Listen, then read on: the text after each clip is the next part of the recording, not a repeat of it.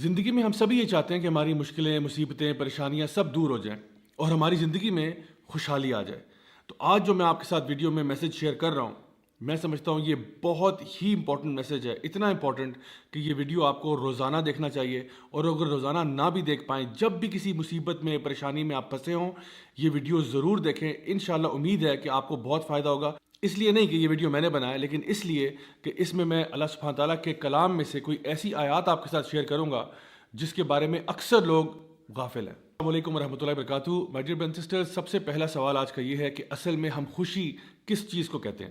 اس کے بارے میں سوشل سائنٹسٹ نے کافی ڈیبیٹ کی کہ اصل میں خوشی ہوتی کیا ہے، لیکن اگر اس پوری بحث کا اگر آپ سمرائزیشن دیکھنا چاہیں تو وہ یہ ہے کہ خوشی کہتے ہیں جب کوئی بھی کام آپ کی مرضی کے مطابق ہوتا ہے تو انسان کو خوشی ہو جاتی ہے۔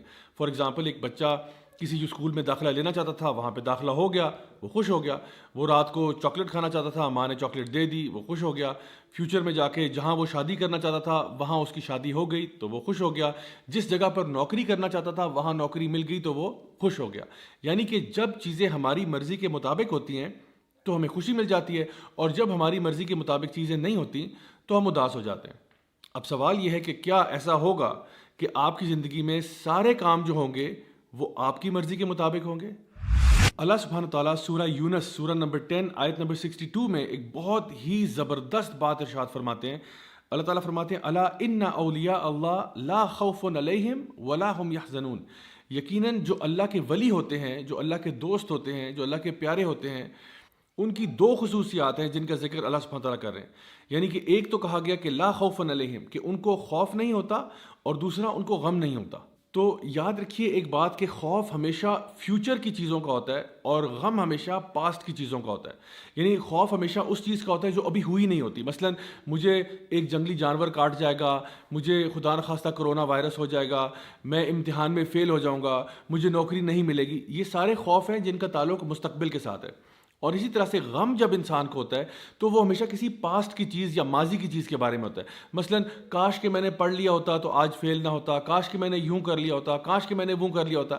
یعنی انسان جب بھی غم کی حالت میں ہوتا ہے تو غم ہمیشہ گزری ہوئی بات پر کیا جاتا ہے، اور جب بھی انسان خوف زدہ ہوتا ہے تو وہ ہمیشہ کسی فیوچر کی چیز کے بارے میں خوف زدہ ہو رہا ہوتا ہے۔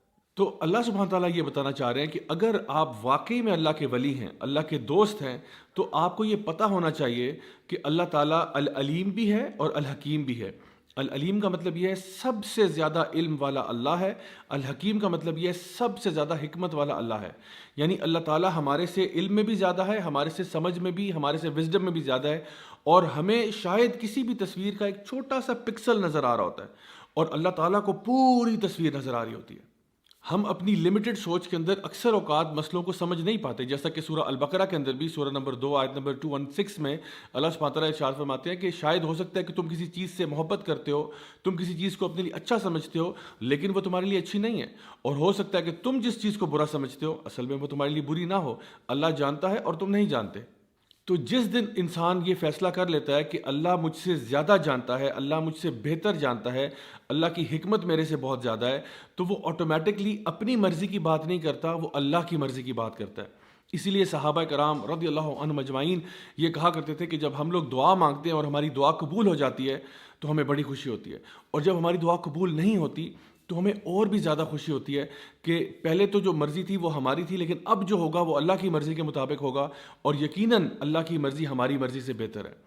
اللہ آپ کو آپ کی ماں سے بھی زیادہ چاہتا ہے، تو ایسا کیسے ہو سکتا ہے کہ اللہ آپ کے ساتھ کوئی ایسا معاملہ کرے جو آپ کے لیے برا ہے؟ میں آپ کو اپنی لائف سے کچھ ایگزامپلس بتاتا ہوں کہ جب میں نے کالج یونیورسٹی کی طرف جانا شروع کیا تو میں نے کچھ یونیورسٹیز کے لیے اپلائی کیا جہاں پہ میرا بہت دل تھا، اور میں نے بڑی محنت بھی کی، میں نے دعائیں بھی بہت مانگی، لیکن میرا داخلہ نہیں ہوا۔ پہلے ایک یونیورسٹی کے لیے ٹرائی کیا، پھر دوسری کے لیے ٹرائی کیا، دونوں میں نہیں ہوا، اور آپ یقین کریں میں اتنا ڈیوسٹیٹ ہوا، میں ایک طرح سے آپ کہہ سکتے ہیں کہ میں اللہ تعالیٰ سے نعوذ باللہ کوئی ناراض ہو گیا، اور میں یہ سوچنے لگ پڑا کہ یا اللہ مطلب تیرا اتنی بڑی تیری کائنات ہے، اتنا بڑا تیرا قبضہ قدرت ہے، اور اس میں اگر ایک مسکین میرے جیسا اس یونیورسٹی میں چلا جاتا تو اس میں کیا کمی آ جانی تھی؟ یعنی کہ اگر میرے جیسا ایک مسکین انسان اس یونیورسٹی میں داخل ہو جاتا تو آخر اس میں کیا ہی حرج تھا؟ لیکن آپ یقین کریں کئی سالوں کے بعد مجھے سمجھ میں آیا کہ اس کی حکمت کیا تھی۔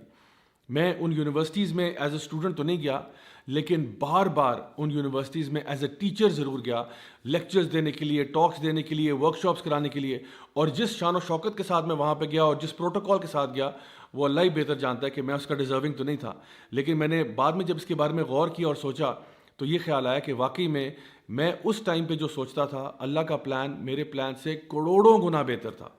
اور ایک دفعہ ایسا بھی ہوا کہ میرا پاؤں جو ہے وہ 4 جگہ سے ٹوٹ گیا، اور وہ اسی طرح سے میں سوچتا تھا اس کے بارے میں کہ آخر اس میں کیا حکمت ہو سکتی ہے. مطلب نارمل میری روٹین چل رہی ہے، لوگوں کو پڑھانے کا سلسلہ چل رہا ہے، پڑھنے کا سلسلہ چل رہا ہے، تو یہ جو میرا پاؤں ٹوٹا ہے، کیا یہ ضروری تھا؟ کیا یہ ضروری تھا کہ یہ واقعہ پیش آتا؟ لیکن آپ یقین کریں کہ اس پاؤں ٹوٹنے کی وجہ سے 2 مہینے میں جب بیڈ ریسٹ پہ گیا ہوں تو مجھے اتنی زیادہ کتابیں پڑھنے کا موقع ملا کہ الحمدللہ میرے نالج میں اضافہ ہوا، اور مجھے معلوم ہے کہ وہ میرے لیے ادروائز کرنا پاسبل نہیں تھا. اگر آپ مجھ سے پوچھیں تو وہ 2 مہینے جو تھے میرے بیڈ ریسٹ پہ، they were some of the best months of my life. اسی طرح سے ہماری زندگی میں ایسے بہت سارے واقعات آتے ہیں کہ ہم لوگوں نے جی CSS کا امتحان دیا، نہیں ہو سکا، کہیں پہ شادی کرنا چاہ رہے تھے، نہیں ہو سک رہی وہاں پہ، کہیں اور ہم نے بزنس میں انویسٹ کیا، بات نہیں بنی، تو ہم پریشان ہو کے بیٹھ جاتے ہیں کہ پتہ نہیں ایسا آخر کیوں ہے. کبھی کبھار اولاد کے معاملے میں ہم یہ سوچتے ہیں کہ ہائے میں تو بیٹے چاہتا تھا، اللہ مجھے بیٹیاں کیوں دے رہا ہے، یا میں اولاد چاہتا تھا، مجھے اولاد کیوں نہیں مل رہی. آپ یقین کریں گے میں کچھ ایسے لوگوں کو بھی جانتا ہوں جن کی شادی کے 18 سال کے بعد، 20 سال کے بعد اللہ تعالیٰ نے ان کو اولاد دی ہے. کچھ ایسے لوگ بھی ہیں جنہوں نے بہت چھوٹے بزنس سے آغاز کیا اور 10 15 20 سال کے بعد اللہ تعالیٰ نے ان کو کروڑ پتی بنا دیا. My dear brothers and sisters, اللہ تعالیٰ آپ کے ٹائم ٹیبل کے مطابق نہیں چلتا، ہم اللہ تعالیٰ کے بتائے ہوئے ٹائم ٹیبل کے مطابق چلتے ہیں. آپ اپنے طور پہ پوری کوشش کریں، پوری محنت کریں. اگر تو اللہ تعالیٰ نے چاہا تو اسی میں اللہ تعالیٰ خیر و برکت ڈال دے گا، اور اگر اللہ تعالیٰ نے ایسا نہ چاہا تو یہ بات جان لیں کہ جو بھی فیصلہ اللہ کا ہوگا وہ آپ کے لیے بہتر ہوگا. اسی لیے اللہ سبحانہ تعالیٰ ان اگلی آیات میں ارشاد فرماتے ہیں الذین آمنوا وکانوا یتقون، کہ یہ وہ لوگ ہیں جو اللہ کے ولی ہیں، جو کہ ایمان لاتے ہیں اور تقوی اختیار کرتے ہیں. لہم البشریٰ فی الحیات الدنیا وفی الآخرہ، اللہ تعالیٰ ان کو خوشخبریاں سناتا ہے دنیا میں بھی اور آخرت میں بھی.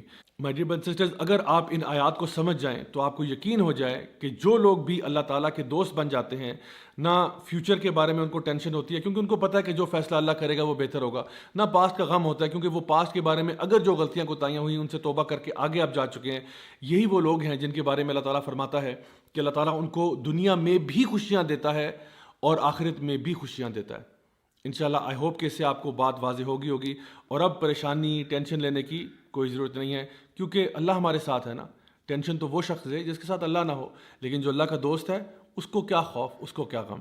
Until next time, this is me Raja Zawlak signing off. Wassalamu alaikum wa rahmatullahi wa barakatuh.